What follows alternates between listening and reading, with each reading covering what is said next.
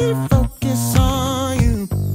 All these small screens, they got me worried, vision blurry. But I hear you call me, so I'm coming in closer, closer than ever. So when the bomb drops, you will be my shelter. Everything changes, I'll be still, 'cause you're still the same.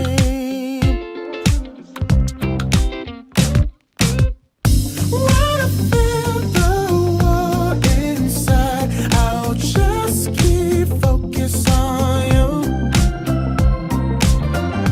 Let it be my battle cry. I'll just keep focus. I'll just keep focus on you. It doesn't matter what's coming, I'm gonna put on my armor. Left, right, left, right, left. One foot in front of the other. The war inside, I will just keep focus on you. Let it be my battle cry. I will just keep focus. I will just keep focus on you. Ooh, ooh, ooh, ooh, ooh, ooh. I will just keep focus on you. Yes, I will. Ooh, ooh, ooh. I just keep focus. I will just keep focus on. Everything changes, I'll be still, 'cause you're still the same. You're my sure foundation, solid ground. You never change. Oh, when I feel the war inside, I will just keep focus on you. Let it be my battle cry. I'll just keep focus. I'll just keep focus on you.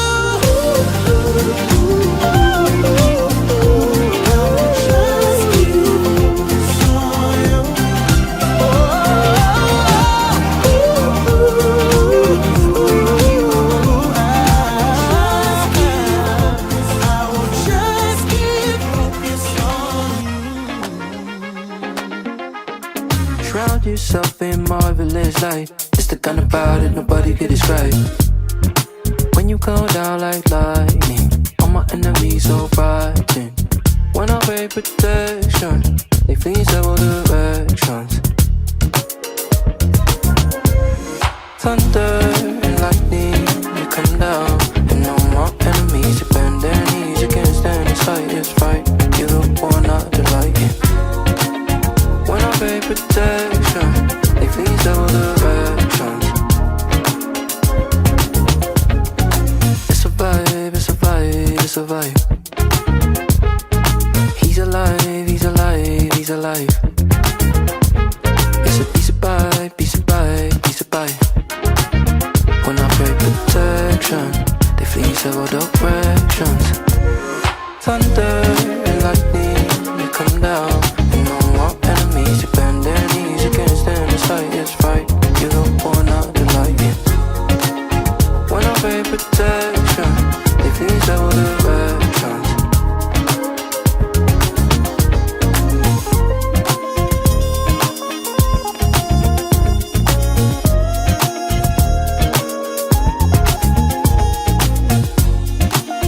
When I pray protection, they flee in several directions. Thunder and lightning, you come down, and all my enemies they bend their knees against any slightest fight. You're the one not to like it. When I pray protection, they flee in several directions. I got something on my mind, but words, they won't do it justice.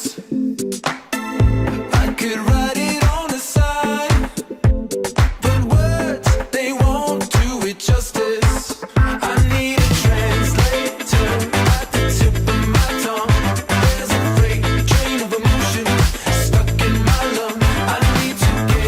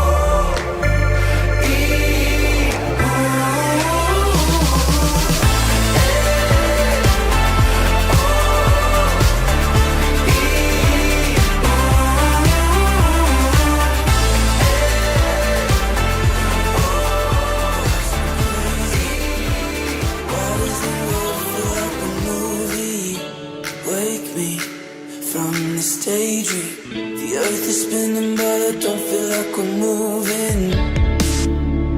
Maybe it's a sign of the times. Maybe I'm just out of my mind. Slowly getting by, day by day. And I say, there's gotta be something amiss. There's gotta be more than this. And always asking why are things this way. Well, I've been out here searching for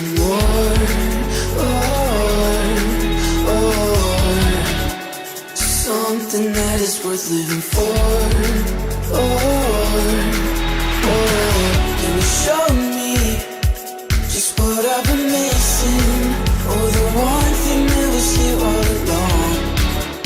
But you're the one that I'm searching for, searching for.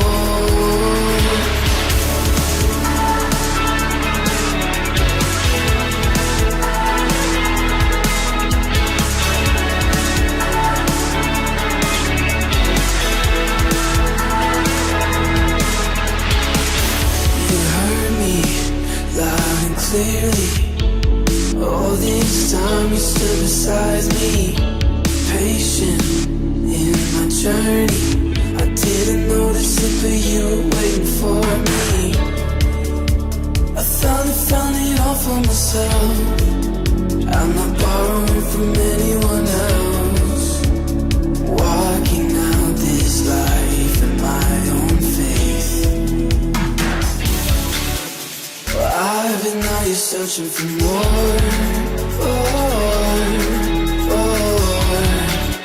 something that is worth living for. Can you show me just what I've been missing? Oh, the one thing that was here all along. But you're the one that I'm searching for. Hey everyone, welcome to the Ridge Community Church Online. If we have not met yet, my name is John. I'm the digital pastor at the Ridge, and I'm really excited about today. We're stepping into a new series I think is going to be great. It's called Questions Jesus Asks Us. And something that I know to be true about really all of us is that we have had at some point questions on our spiritual, our faith journey. And what's really important for us to know is that God is not offended by our questions. He welcomes them. But not only can we bring our questions to God, what we see throughout the Bible, particularly in the New Testament, is that Jesus has questions for us. And those questions, they can help us take steps with God. And so I can't wait to step into this series and see how those questions really help us grow and just continue on in our faith journey. But here's what else I know. If you're new here, maybe you have questions about the Ridge. Like, what is this church all about? What's my next step? How can I get more information? All those things. And we would love to help answer all of those questions and really hear more about your story. Now, the simplest way to connect with us and to find out more really is to just send us a text. That's it. Just text connect to the number that you see on the screen. You'll get bounced back a form that you can fill out and you'll get more information. You'll be signed up for our weekly newsletter and we'll make sure to follow up with you this week. Now, right now, we're going to continue our time together by joining our lead pastor, Mark White, as he kicks off our new series over in Greenfield.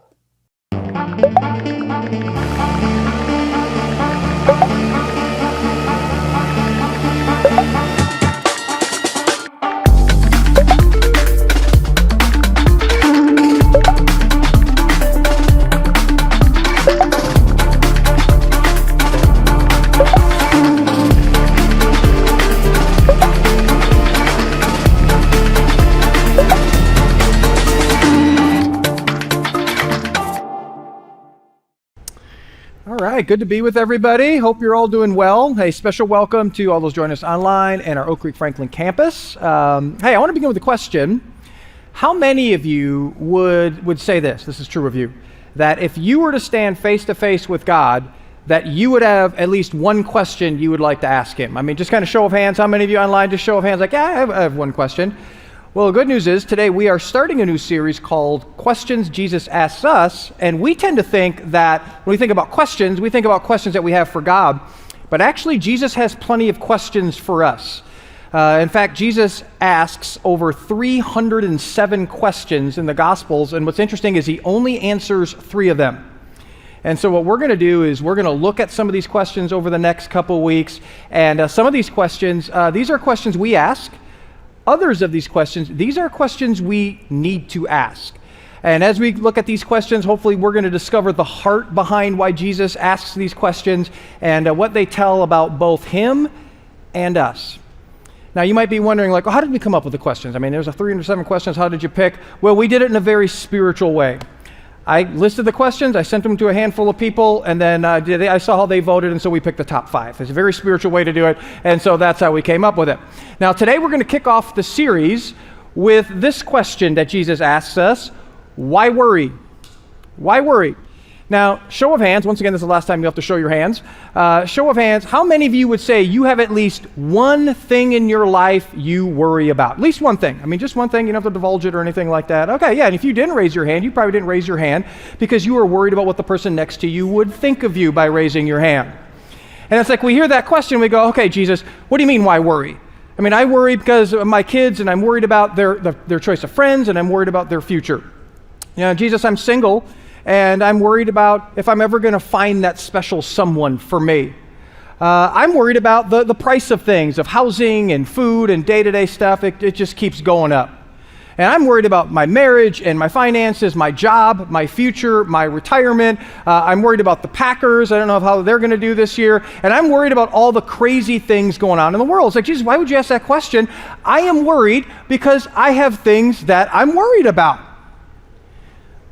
We worry so much that worry has become normal for us.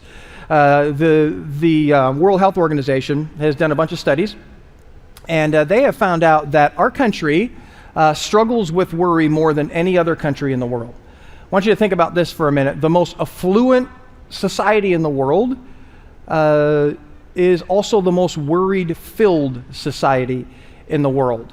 And I think we hear about worry, most of us struggle with it, but we don't think it's an issue because it's just something that's so normal for us. But worry is something that we shouldn't take very lightly. You see, worry is poisoning our peace, killing our joy, and it hurts us in our spiritual growth. In other words, it's a hard time when we're worrying, as we're going to see in a minute. It's very hard for us to connect with God all at the same time. Worry is a big deal. Did you know that the 2 most prescribed drugs in our country right now are antacids and antidepressants? We just live in a state of worry. Now the question then is, why is it that so many of us wrestle with this idea of worry? Well, here's the short answer. Because we tend to default towards fear instead of defaulting towards faith. And let me prove it to you. If you are up at 2 o'clock in the morning because you can't sleep, okay, not just any other reasons, but you're up at 2 o'clock in the morning, I can almost guarantee you aren't sitting up at 2 o'clock in the morning because you can't sleep, because you're trying to figure out how to manage all the peace and joy in your life. I would bet that you're up at 2 in the morning because you are worried about something or someone.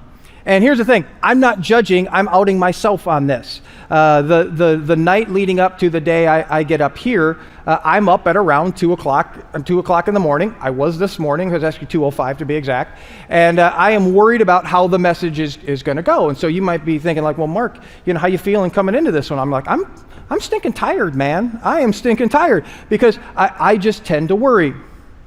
So let me ask you about worry. Does worry, and when you worry, does it make the situation better? And when you worry, does it make your life better? I think most of us would agree, doesn't make the situation better, and it doesn't make our life better. So, and here's the big idea of the message, and then I'm going to pray. Knock it off, will ya? If only it were that easy. Well, the good news is Jesus asks us this question, and as we look at this question, we're going to see the root of it, and the root of our worry, and because we can identify the root of our worry, we're going to be able now to worry less. Now, just a side note before we dig into what Jesus has to say about worry. For many of us, when you hear me talk about worry, you kind of blend the idea of worry and anxiety into one. And they are very much related to each other, but they are different from each other. And how are they different? Well, here's kind of an oversimplification of it. Worry is more specific and it has to do with kind of rehearsing things over and over again in our mind. Anxiety is different. Anxiety is holistic, and we actually experience anxiety throughout our entire body. Let me give you an example of this. You might be flying out tomorrow, okay? You have a flight tomorrow and you got to catch all this stuff. You might be worried that you're going to miss your flight. And so it's like, oh, I'm going to miss my flight, I'm going to miss my flight, I'm going to miss my flight. But you might have anxiety or feel anxiety at flying altogether. See, there's a difference between the two. Now, worry. Jesus talks about worry, and he asks this question on two different occasions, one in the Gospel of Matthew and one in the Gospel of Luke. We're going to look in at the passage in the Gospel of Matthew. But what's interesting is as Jesus asks us this question, the lead into both passages has to do with money and possessions, which I think is kind of fascinating. Because do you know what the number one worry is with people right now in our country? Money and possessions. And so here is Jesus, and he just taught about money and possessions, and he gets to the end of that section, and he says something that many of us have heard before. He says, no one can serve two masters. Either you will hate the one and love the other, or you will be devoted to the one and despise the other. Now, this idea of devoted, I want you to kind of hold on to that idea and file that away, because it's going to be an important idea a little bit later. And then he says, you cannot serve both God and money. Now, notice he doesn't say that you can't serve God and the devil. Why? Because I would bet that probably all of us listening to this, we didn't get up this morning and go, I think I'm going to devote my life to the devil today. I would bet that probably that didn't happen. But we can't say the same thing when it comes to our money and stuff.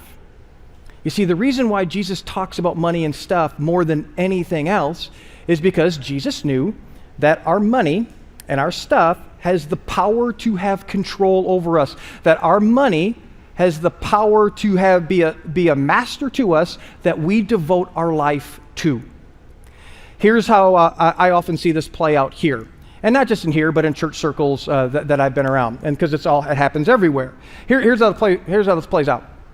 Every time I talk about God's plan for money, I usually goes from, I'll tell some jokes up front, and you get laughing, ha, ha, ha, ha, ha. And then I'll start really digging into what God has to say, and it goes from laughing to defensiveness to anger for a lot of people.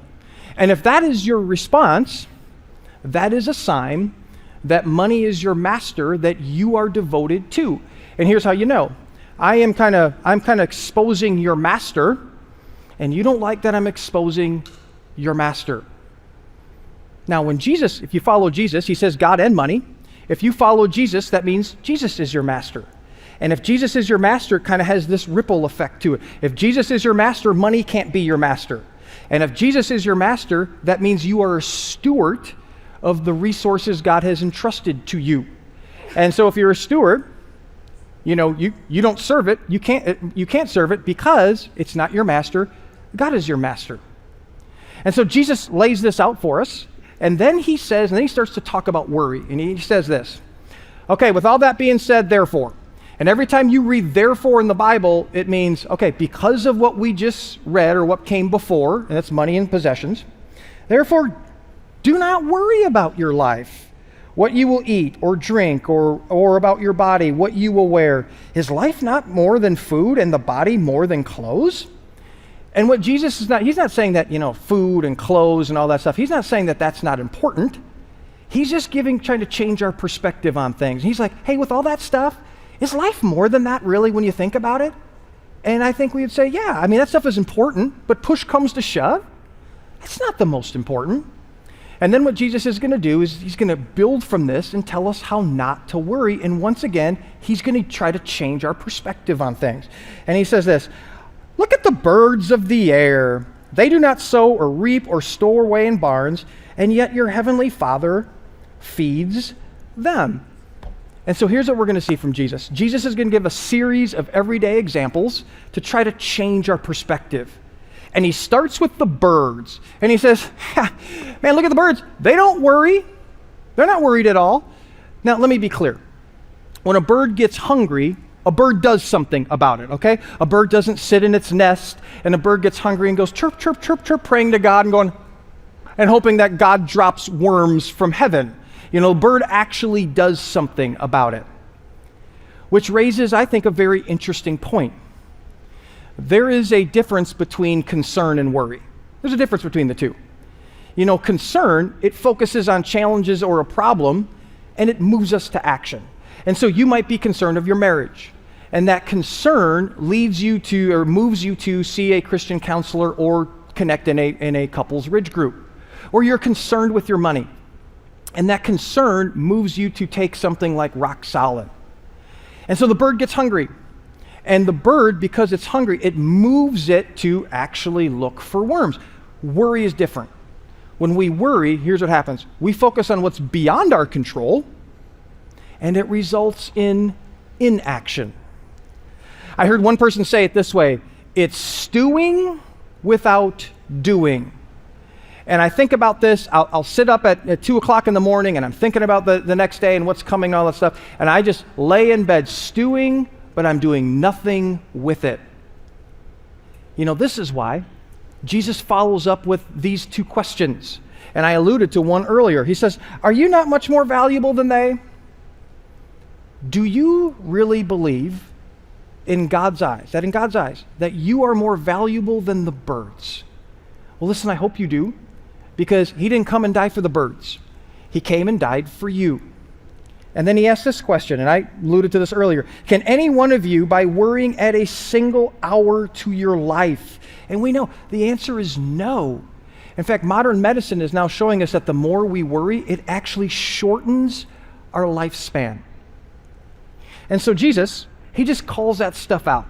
He says, hey, listen, you're worrying. You just need to know it's not doing anything to make it better, and it's doing everything to make it worse, so don't do it.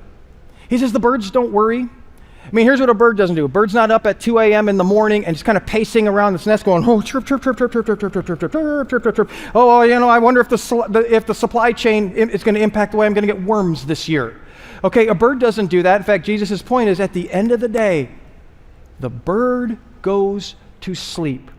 But the bird also, when there's a need, does something about it. Now, this brings us to the heart of why Jesus asks this question. I mean, this is kind of the core of it right here. And I tell you, every time I think about this core, my first part is to kind of get defensive about them. No, that's not it. That's what's causing it. But when you really think about it, it really is the core of all of our worry. When we worry, what we are saying to God is, God, I don't trust you. I don't trust you. Now, you might be thinking, well, I do trust God, okay? And I'm just going through a tough time right now, but, you know, I trust God. But when you peel back the layers of why you are worrying and you get to the core of it, here's what you're going to discover. God, I don't believe you can or will. God, I don't believe that you care or that I care more than you do. God, I just don't believe you are going to show up and that you are good. You see, at the core, the source of all of our worry is we don't really trust God. Now, let me add another layer to this. If that's not challenging enough, here's another layer. What you worry about the most reveals where you trust God the least. Let me ask you this. What do you worry about the most right now? What do you worry about the most? What is that for you? At its core, you just need to know that this is the area of your life where you trust God the least. Like most parents, it's really easy to worry about your kids. I mean, it doesn't matter how old they are. You always think, well, when they get older, it'll be easier. Not easier, okay, as a parent. And I can remember just all the different seasons of worry that I have with my kids. I can remember when they were in elementary school, the worry was, well, are they going to be able to keep up? Just academically and stuff like that. And then high school and middle school, it was how are they going to do socially, and then spiritually. It's a really critical time for students at that time. Plus, you know, having pastors' kids. I mean, they just tend to just have different challenges, just a lot of expectations and all that stuff. And you know, I have twin boys that are now actually in their last year of college. And so my worry for them right now is, okay, the job market's tight. Are they going to be able to get a job? And I hope, you know, they meet someone and get married. And I've had to learn, and I encourage other parents to do the same thing. And then when I tell them to do this, they're like, yeah, I don't like that idea. And I get it why I don't like it. But here's what I've had to learn. I've had to learn that when I'm worrying about my kids, the core reason I'm worrying about my kids is because I think they're my kids. And I have to get to this point where like, oh, these aren't my kids.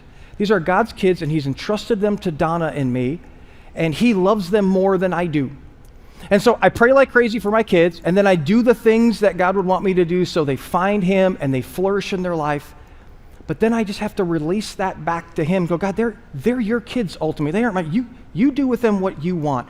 And every time I do that, there's the trust card right there, and my worry goes down, and that's something I got to do every single day. So God, he takes care of the birds, and every single one of us is more valuable than the birds. Well, then Jesus is not done, and he uses another example. And he says, and why do you worry about clothes? Now, it is really easy for us to read what Jesus is saying and to look back and go, well, this life was so much simpler back then. I mean, they just had it so much easier than us. But here's the thing.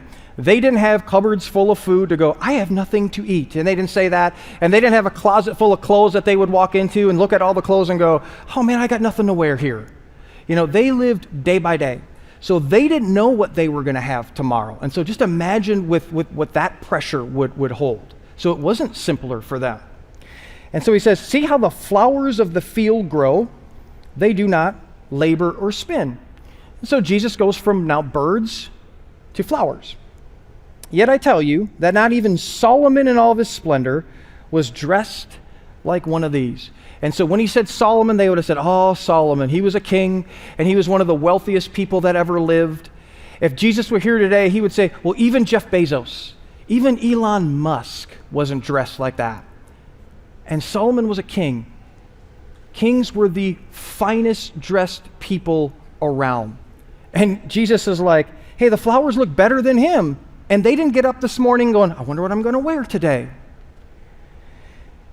And then he says, if that is how God clothes the grass of the field, which is here today and tomorrow is thrown into the fire. And so Jesus is like, hey, do you know why the flowers look the way they do? Do you know ultimately why that is? Because God cares for them and they don't even try. And so if God cares for the flowers, which are here today and gone tomorrow, will he not much more clothe you, you of little faith? Literally, you of little trust in God. So do you think that God cares about the flowers more than you? I hope you do. And so if you really believe that God cares for the flowers and the birds more than you, then there's a problem that you probably got to work out. But if you really believe that God does care for you more than the birds and flowers, then this. Don't worry. Saying, what shall you eat? What shall we drink? What shall we wear? For the pagans run after these things, and your heavenly Father knows that you need them. In other words, don't worry about how you're going to fund retirement. Don't worry about how you're going to pay for your kids' education. Hey, don't worry about if you're going to just be single for the rest of your life. Don't worry about if your health is going to improve. Don't worry about what's going to happen with the economy in the future.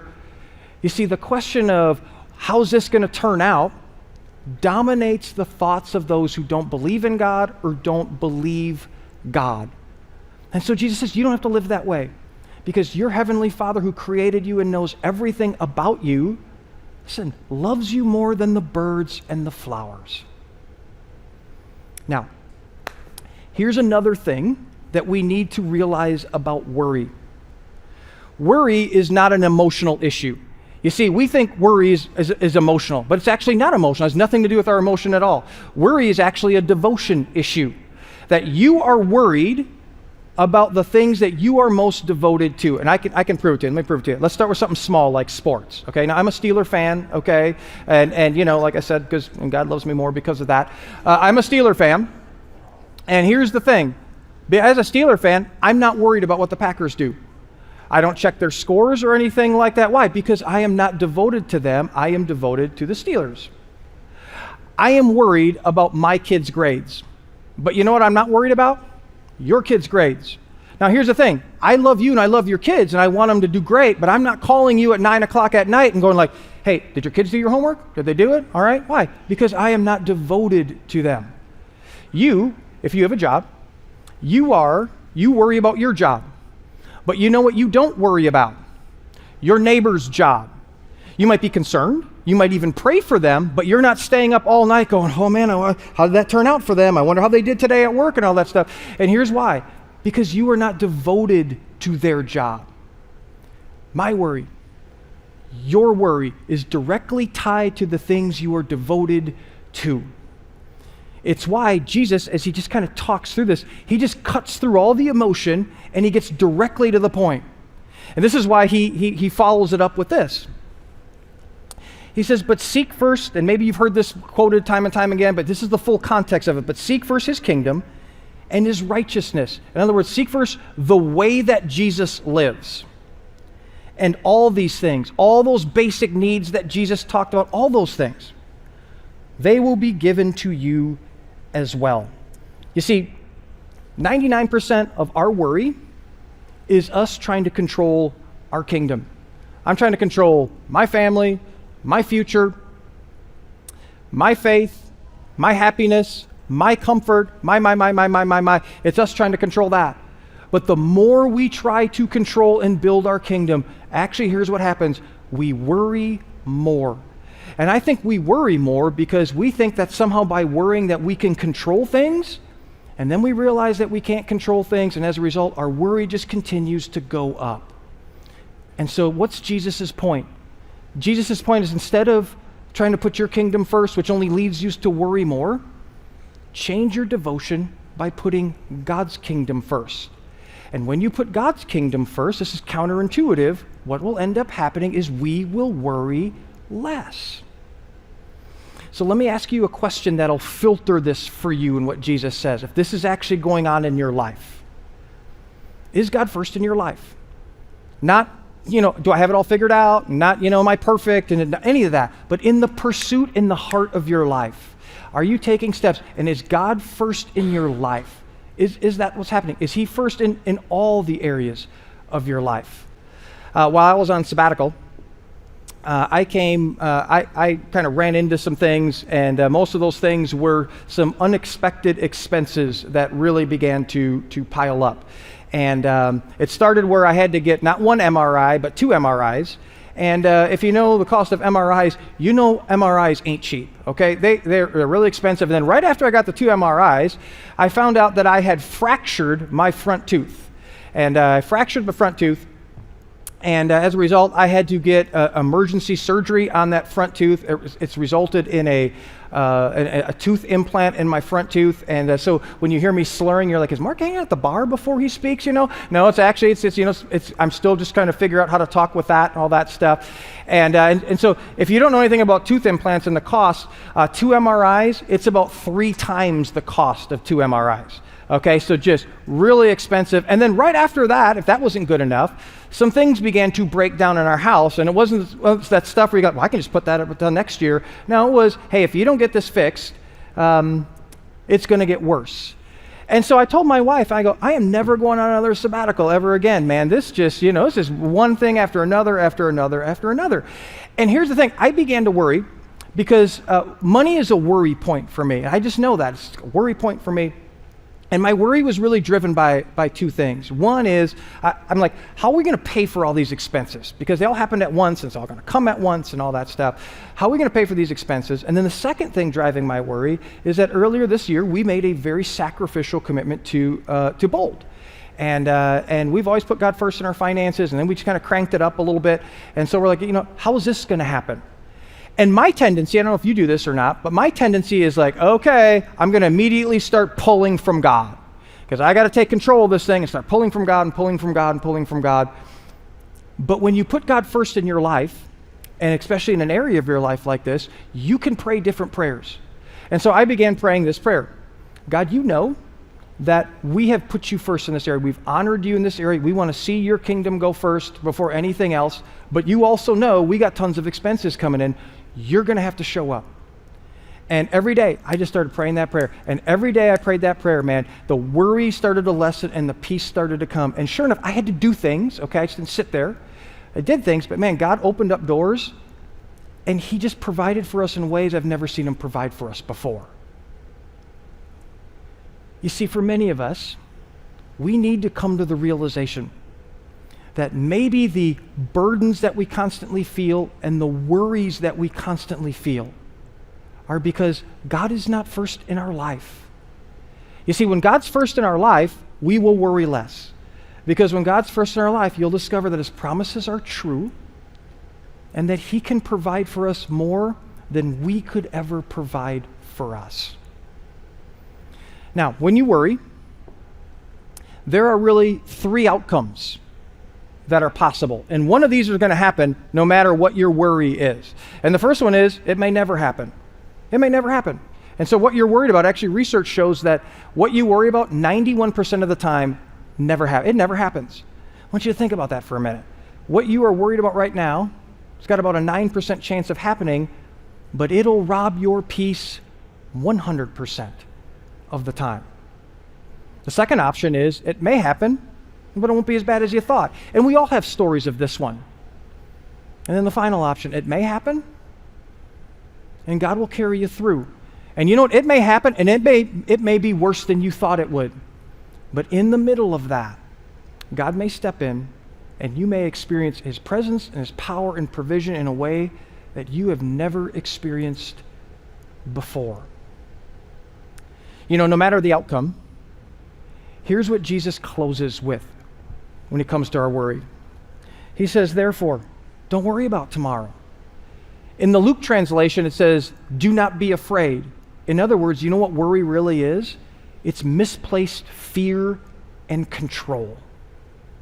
He says, therefore, do not worry about tomorrow, for tomorrow will worry about itself. Each day has enough trouble of its own. I've said this before, growing up, boating was a big part of our life. It was in the summer, like every weekend we stayed overnight somewhere on the boat, and then at some point in the summer, usually the middle of summer, we would take our boat cross Lake Michigan, and then we would we'd take a 2-week vacation, and we'd go from harbor to harbor in Michigan. And it was kind of a cool trip, kind of crossing the lake and all that stuff. And when you're in Michigan, at least on that side, I can just remember there were some boat rides, man, that were really, really rough. And I mean, they would be rough, and we had a big boat, and she'd pound it and pound it and pound it. And my dad seemed to like it, but none of the rest of the family did. I mean, we all had pale faces, and we had our puke buckets, in front of us. We're all using our puke buckets and all that stuff. And even though we had a big boat, I was always worried that our boat was going to tip, and then we were all going to fall in, and we were going to drown and all that stuff. Well, usually, in a point of the trip, usually after using the bucket, I would look at my father, and I would say this to him, hey, Dad, is it going to be okay? Is it going to be okay? And he kind of had this grin on his face, and he would say, yeah, it's going to be rough for a while, but you know what? It's going to be okay. And right after he would say that, and kind of how he said it, it just kind of a peace came over. Worry went away, and the reason is because I was with my dad, and I believed that he had everything under control. Let me ask you, what do you worry about the most? What do you worry about the most? Because what you worry about the most is where you trust God the least. And with that, how can you put God first? And when you put God first, it's not just a wishful prayer, it's a step that God's asking you to take. And then can you use that worry as a trigger to release it to God? That whatever's driving your worry, that you place it into the hands of God who loves you more than the birds and the flowers. You don't have to keep worrying, because no matter what's going on, you are with your heavenly Dad. And you can have peace because you can trust him, because he can provide for you and he can care for you, and he is in control in ways that we could never be. And so I want to lead you through a time of prayer. And here's what I'm going to do. I'm going to have you bow your head and close your eyes. And then I'm just going to repeat these questions back to you. And then just between you and God, just want you to go, okay, God, this is me. This is where I am. And then I'm going to follow that up with praying for all of us. And so as you just posture your heart, what are you worried about the most? I'm going to tell God, I'm worried about this. I'm worried about this. What is that for you?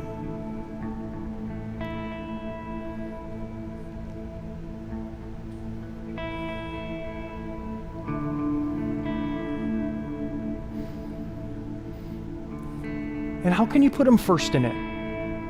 can you put him first? Maybe you're not.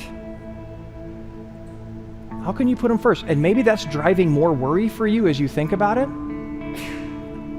But what does it look like to break that cycle by taking a step to honor him in that area? What does that look like?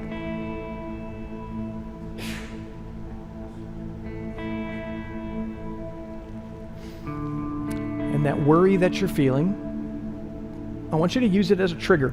I want you to go, okay, God, I'm going to release this to you. I'm going to take the steps. I'm releasing it to you because I identify that this worry is rooted in the fact that I just don't trust you, and I'm drawing a line in the sand. I'm going to trust you with this.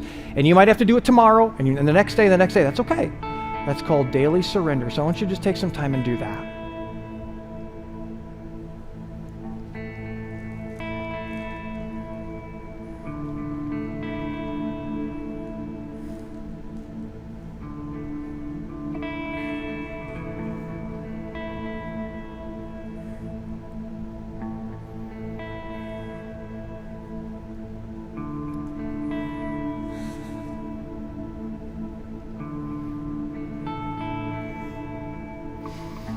And Father,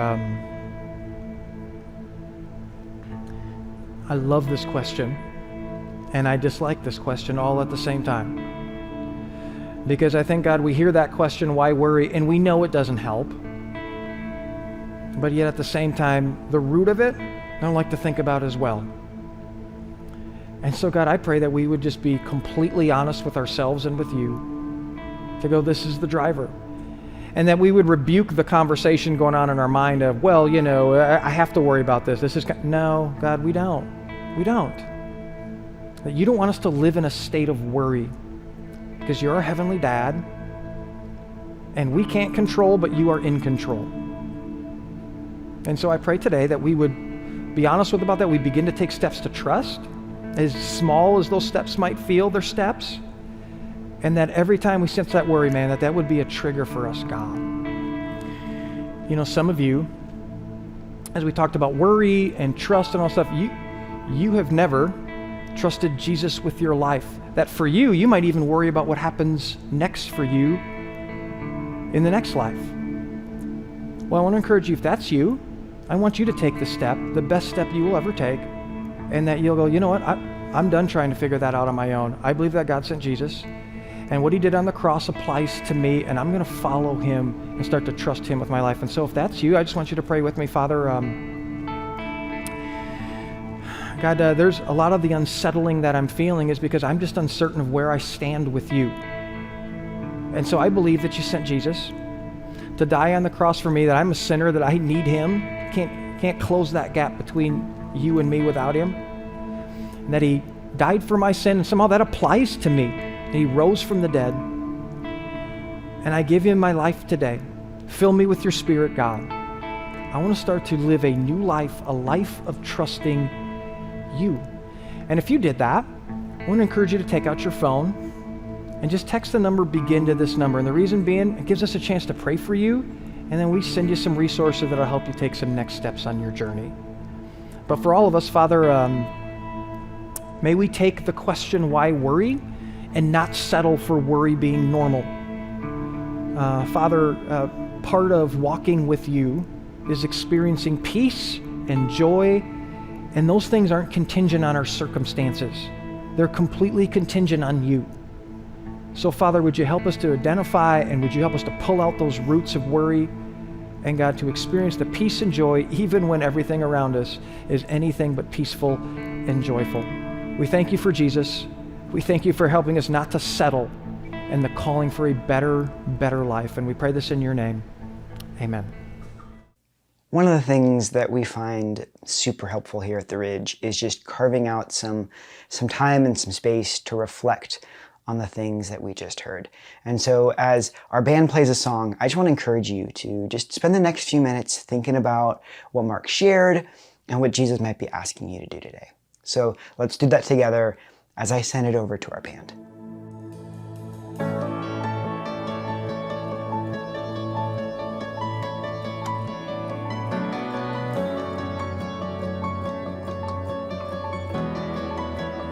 I don't wanna be afraid every time I face the waves.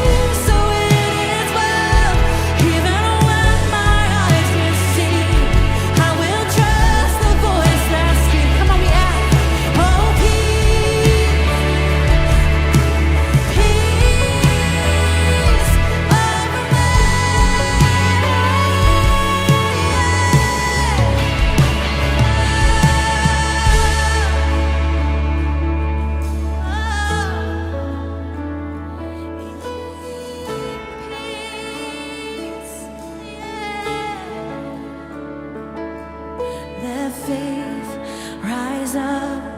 Oh heart, believe. Let faith rise up in me. Let that be our prayer here. We sing, let faith rise up. Oh heart, believe.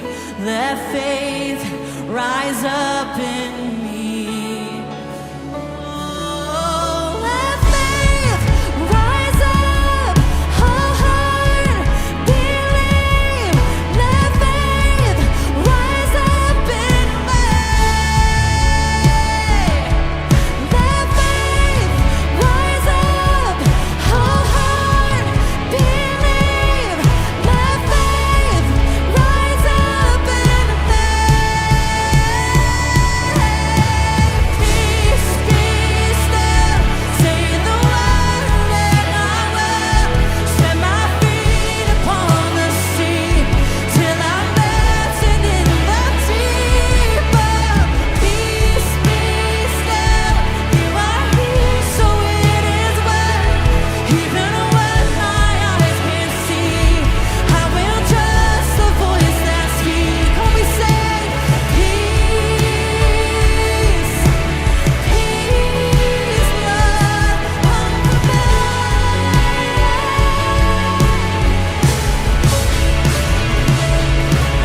peace, Lord, peace, yes,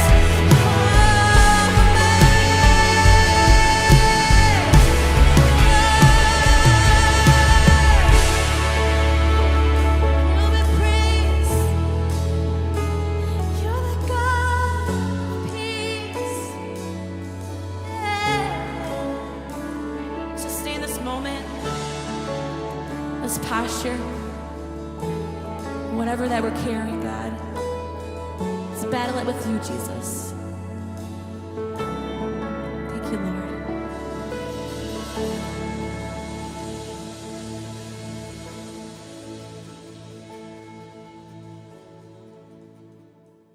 Thanks for taking the time to reflect and do that with us. Earlier I mentioned that God is not offended by our questions, He actually welcomes them.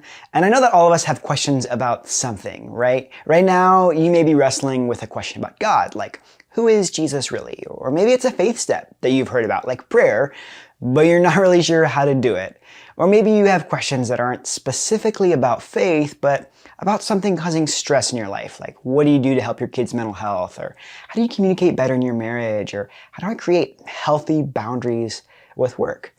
Well, our vision is to bring the hope of Jesus into every home. And one of the ways that we do that is by helping answer those challenging life questions. And so if you have questions like that, I want to invite you to do a few different things. First, subscribe to our YouTube channel and turn on your notifications. Every week we release videos focusing on a different source of stress that you might be going through, and you don't want to miss those because they really are helpful and practical to your everyday life. Second, if you text CONNECT to the number on the screen, we'll send you a form to get signed up for our newsletter, and each week we send out a newsletter with a resource to help you with your life.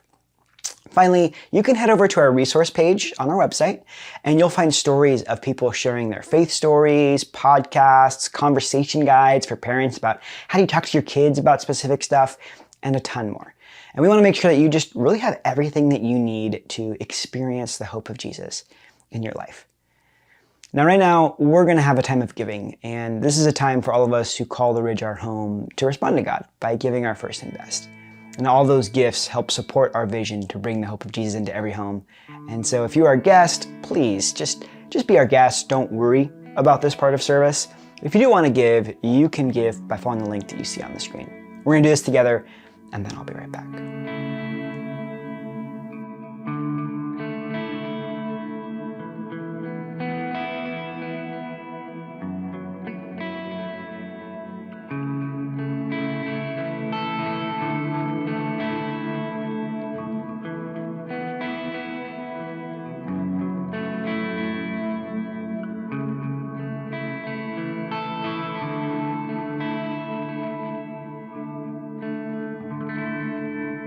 Well, thank you so much for spending some of your day with us. I hope you're feeling encouraged to take a new step of faith. And I want to invite you back next week as we continue our Questions Jesus Asks Us series. Now, until next week, let's carry the hope of Jesus into the places that we live, work, and play. Have a great week. Your love is close. You'll never fall. You'll never fall from me. Never fall from me. Yeah.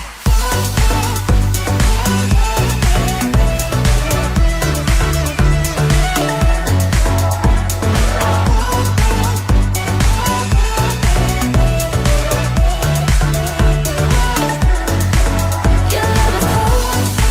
You'll never fall. You'll never fall from me. Never fall from me. Your love is close. You'll never fall.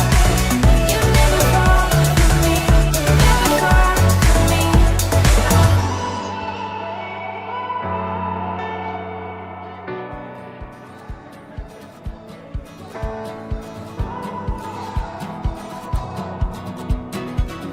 In the valley of the shadow, I got a feeling it's season that'll make me grow. I'm still breathing, I got praise in my lungs, in a choir in my soul, can't steal my joy.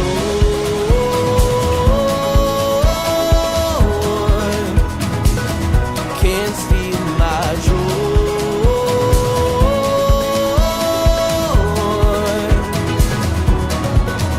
What the world couldn't give, no, it can't take away. Sorrow may come, but it can't steal my joy.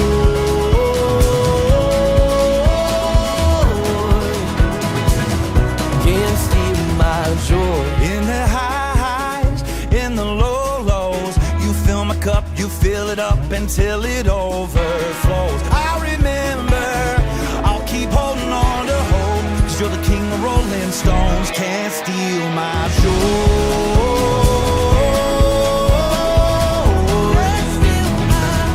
Can't steal my joy. No, no, no, no. What the world couldn't give, no, it can't take away. Sorrow may come, but it can't steal my joy. No, no, no, no. Can't steal my joy. Oh, oh, oh, oh, oh, oh, oh, oh, oh. Can't steal my joy. Oh, oh, oh, oh, oh, oh, oh, oh. Can't steal my Joy, joy, joy, down in my heart, down in my soul, deep in my bones. I got the joy, joy, joy, I can't contain. Nothing can quiet my praise. I got the joy, joy, joy, down in my heart, down in my soul, deep in my bones. I got the joy, joy, joy, I can't contain. Nothing can quiet my praise. Can't steal my joy.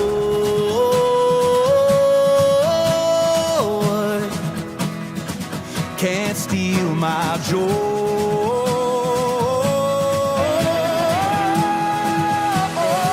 Can't steal my joy.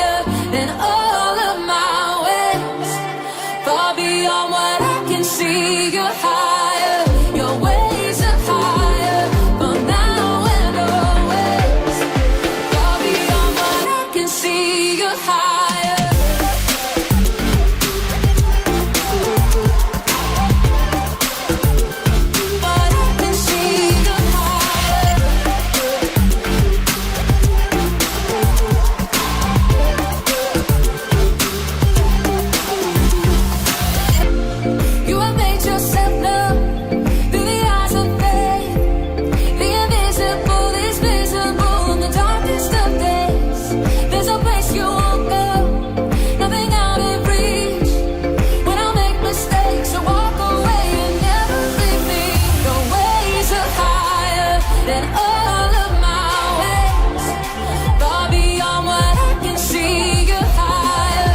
Your ways are higher, for now and always. Far beyond what I can see, you're higher. You're higher. You're higher. Far beyond what I can see, you're higher. You're higher. You're higher. Far beyond what I can see, you're higher. You'll be my guiding light when things are black and white. I'll trust in who you are and who you are. Your ways are higher. Your ways are higher than all of my ways. Far beyond what I can see, you're higher. Your ways are higher, for now and always. Far beyond what I can see, you're higher. You're higher. You're higher. Far beyond what I can see, you're higher. You're higher. You're higher. Far beyond what I can see, you're higher.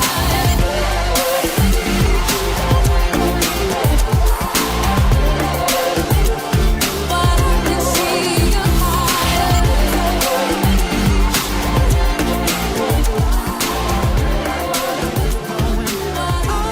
Those trials I could not understand. You do right what you were doing. The good times and the bad, they all were just a part of the plan. I was 12 years old, no one knows. I'm crying in a bathroom stall alone. No peace at home. Wondering why this is how my story goes. I pray, dear Lord, please don't forget about me. Yeah.